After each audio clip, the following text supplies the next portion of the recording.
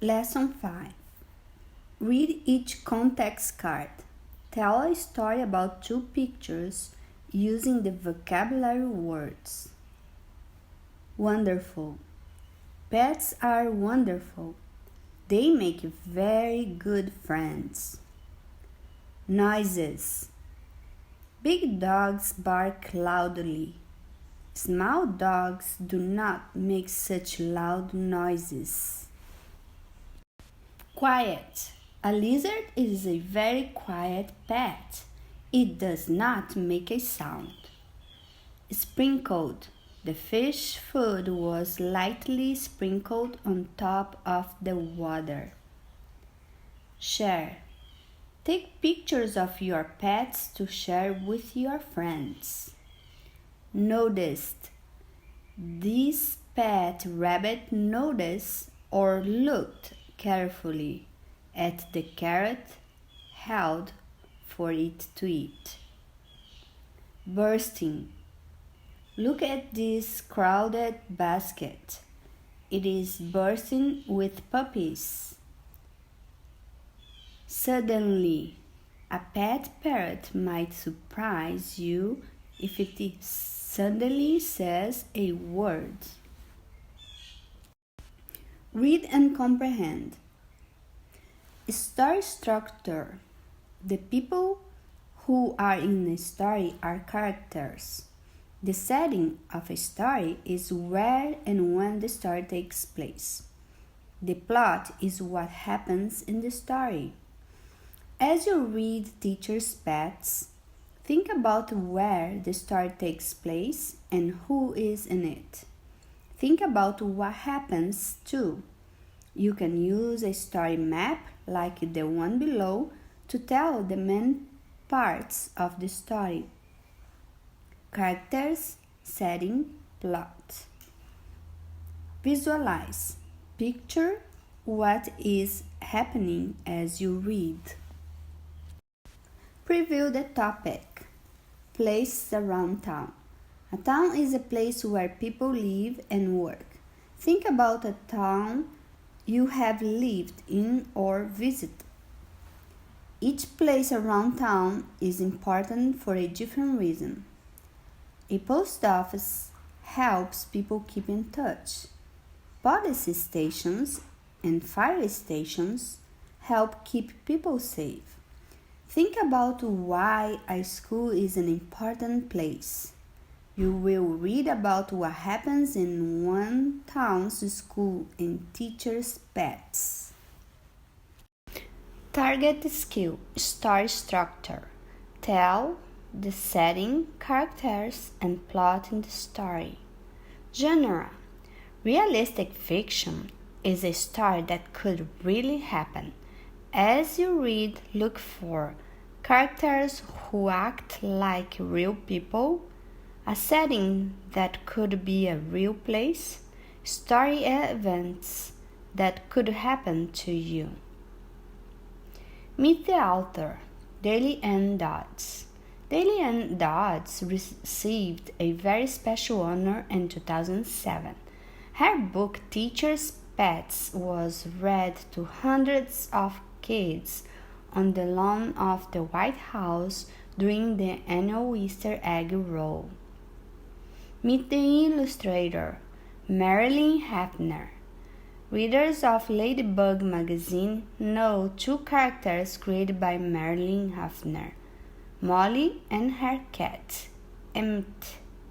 For fun, Miss Hafner designs rubber stamps, usually with kids or animals on them.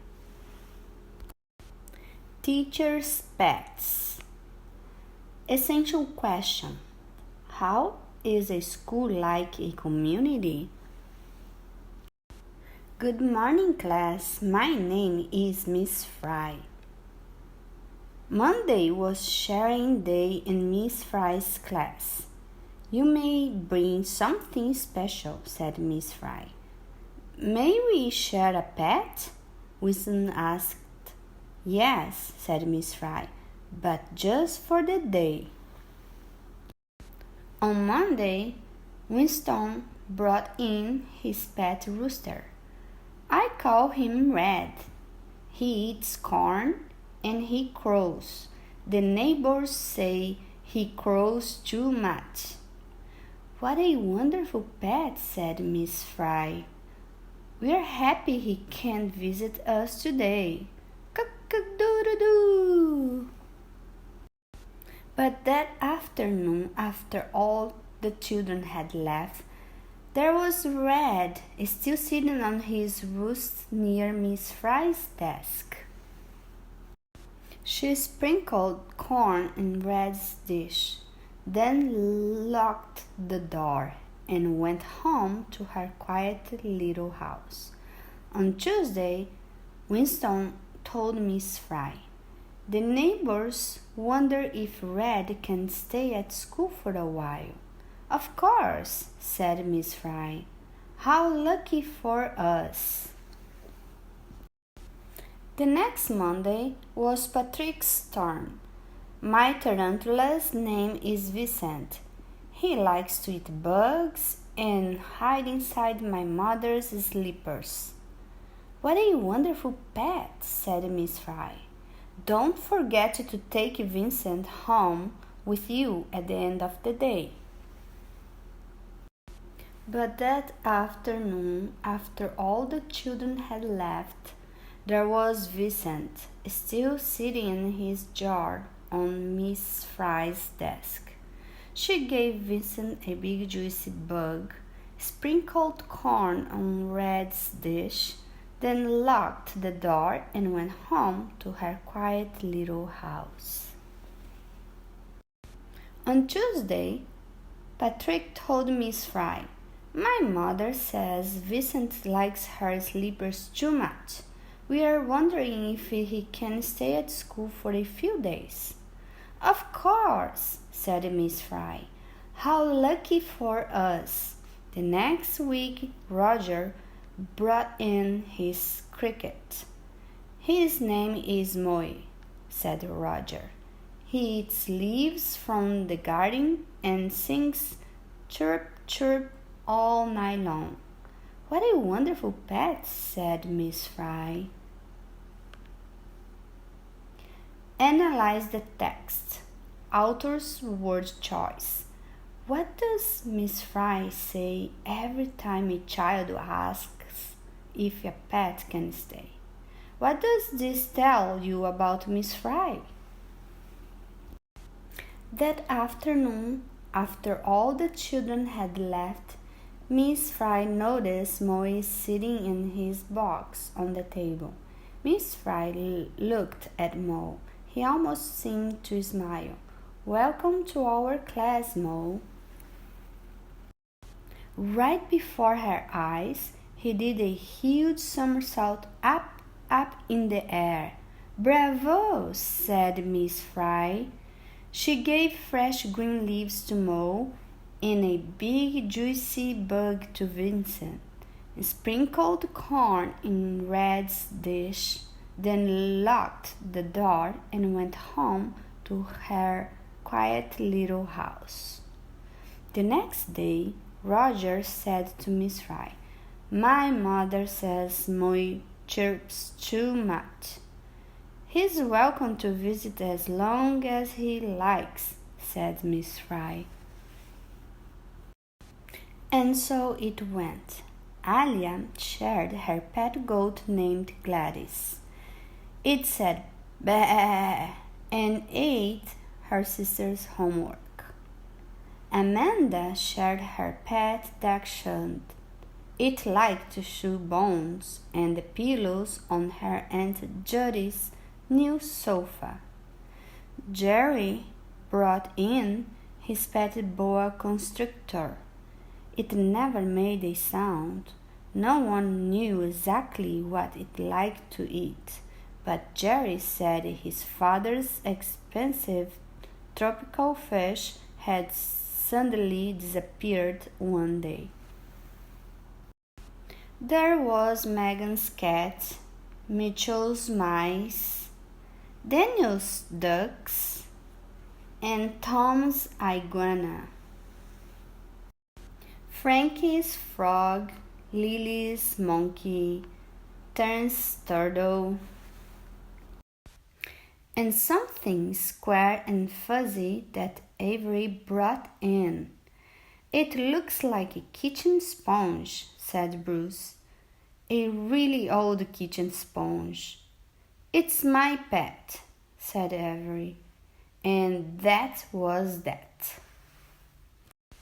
Before long, Miss Fry's classroom was bursting with the happy noises of all the children's pets. Quack, quack, quack, meow, meow, cock-a-doodle-doo, bah, bah, squeak, squeak, rabbit, rabbit, chirp, chirp, woof, woof. On Parents' Night, the mothers and fathers walked around the classroom with great big smiles on their faces. Isn't it great, they said, that Miss Fry loves pets so? Only Roger's cricket sat quietly in his box. You must miss your garden, Miss Fry said. Chirp, said Mo softly.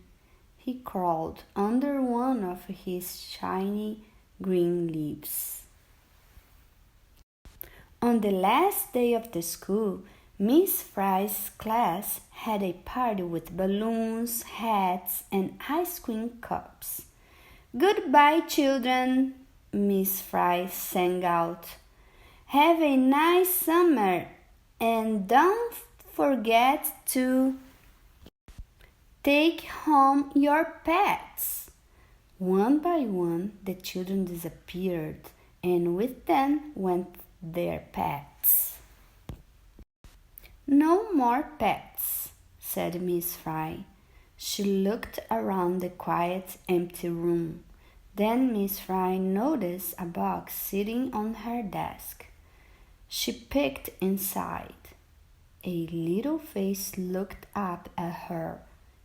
It almost seemed to smile. A note inside read, Dear Miss Fry, please take care of Moe. He likes you best. Roger.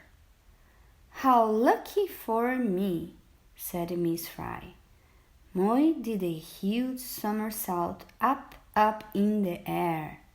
Miss Fry carried her new pet to her quiet little house and placed him in the garden among the rainbow of roses. That night, Miss Fry opened her window. She climbed into bed. She turned off the lamp. By the light of the moon from outside in the garden came a happy noise. Chirp, chirp. Analyze the text. Story structure. How does the ending of the story solve the problem from the beginning of the story? Welcome home, Moe. What a wonderful pet you are.